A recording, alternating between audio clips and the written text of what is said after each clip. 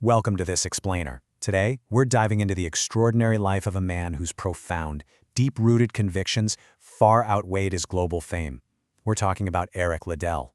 Now, you might actually recognize his name from the iconic movie Chariots of Fire, but his real, un-Hollywood life story, it's an absolute masterclass in faith, integrity, and ultimate sacrifice. We're going to trace his journey from the breathless peaks of international athletic glory all the way down to the harsh, unforgiving reality of a wartime internment camp. So, let's kick things off with a massive question.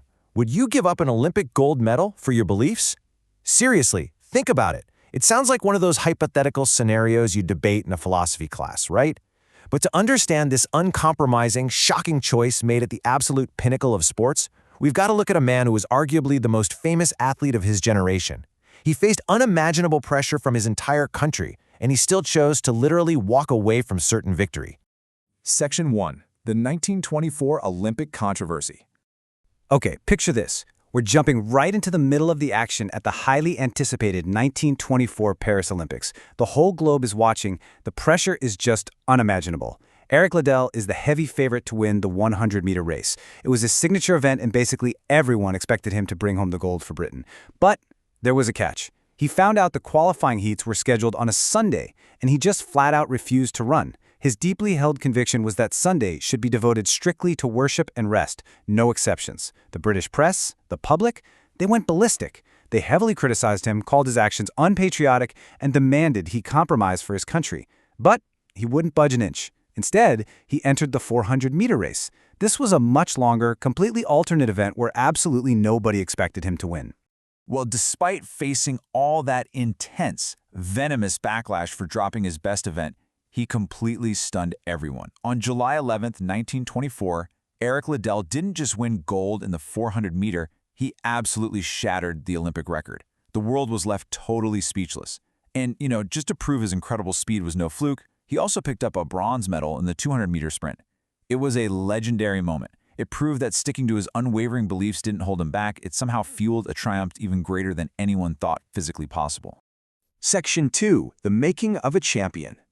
So you gotta wonder, how does someone develop the kind of character to walk away from a guaranteed win, carrying the anger of an entire nation on his shoulders? Well, the foundation was laid early. Liddell was born in 1902 in Tianjin, China, to Scottish missionary parents. After moving to the UK for his education, his incredible speed on the university track quickly earned him national fame. Newspapers literally crowned him the fastest man in Scotland. But get this, his talent wasn't just limited to the track. He also represented Scotland in international rugby. To play at an international level in two entirely different sports, that cemented him as an absolute athletic phenomenon way before the Olympics. He just had this rare, generational physical gift. But here's what's fascinating. The fame never inflated his ego, not even a little bit. He once famously said, "I believe God made me for a purpose, but he also made me fast. And when I run, I feel his pleasure." He viewed his breathtaking speed purely as a divine gift. It wasn't about the medals, and it definitely wasn't about the applause. Despite all the media frenzies surrounding him, he consistently redirected the spotlight back to his faith. He treated his talent as something entrusted to him for a higher spiritual purpose, not a ticket to personal wealth. Section 3. A higher calling in China. Now, following the Olympics, you'd probably expect a champion to sign endorsement deals, launch a massive career, or just bask in the celebrity glow, right? Instead, Liddell made a massive, life-altering pivot. Following in his parents' footsteps, he completely turned his back on all that wealth and fame. He packed up and returned to northern China, where he was born, to serve humbly as a teacher, an evangelist, and a community leader. He just poured himself entirely into helping others. He taught his students with incredible enthusiasm, shared the gospel, helped the poor, and used his deep passion for sports to encourage local youth. His profound kindness earned him lasting respect across both Chinese and foreign communities during a really volatile time in history.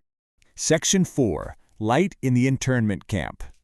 Tragically, the trajectory of his incredibly selfless life took a severe turn with the outbreak of the Second Sino-Japanese War.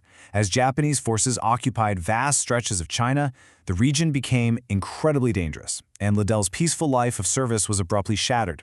By 1943, he was captured and interned at the YCN internment camp.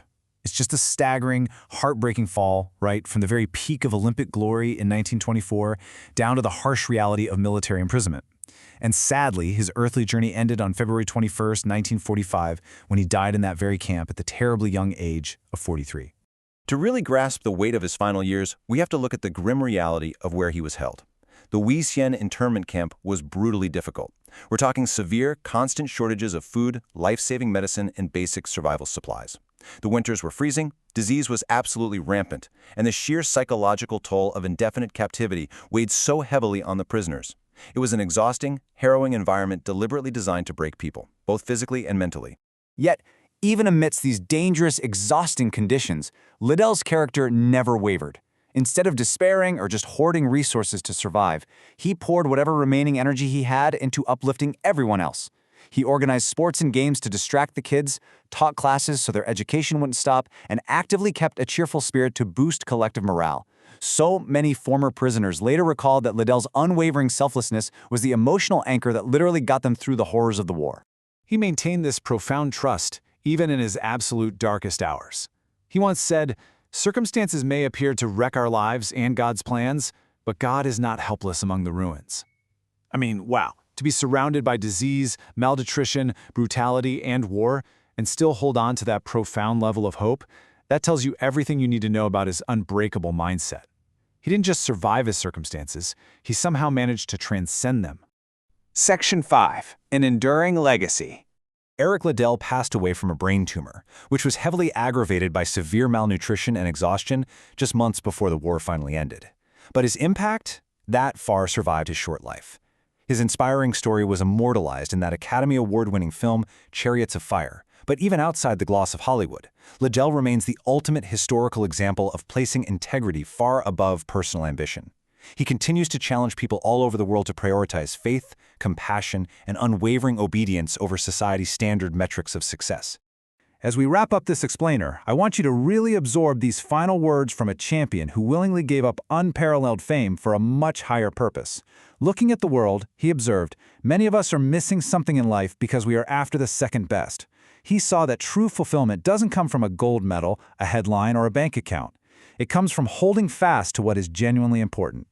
So ask yourself, what second-best things are you currently chasing? What convictions do you hold so strongly that you would sacrifice absolutely everything for them? Are you currently settling for second best in your own life?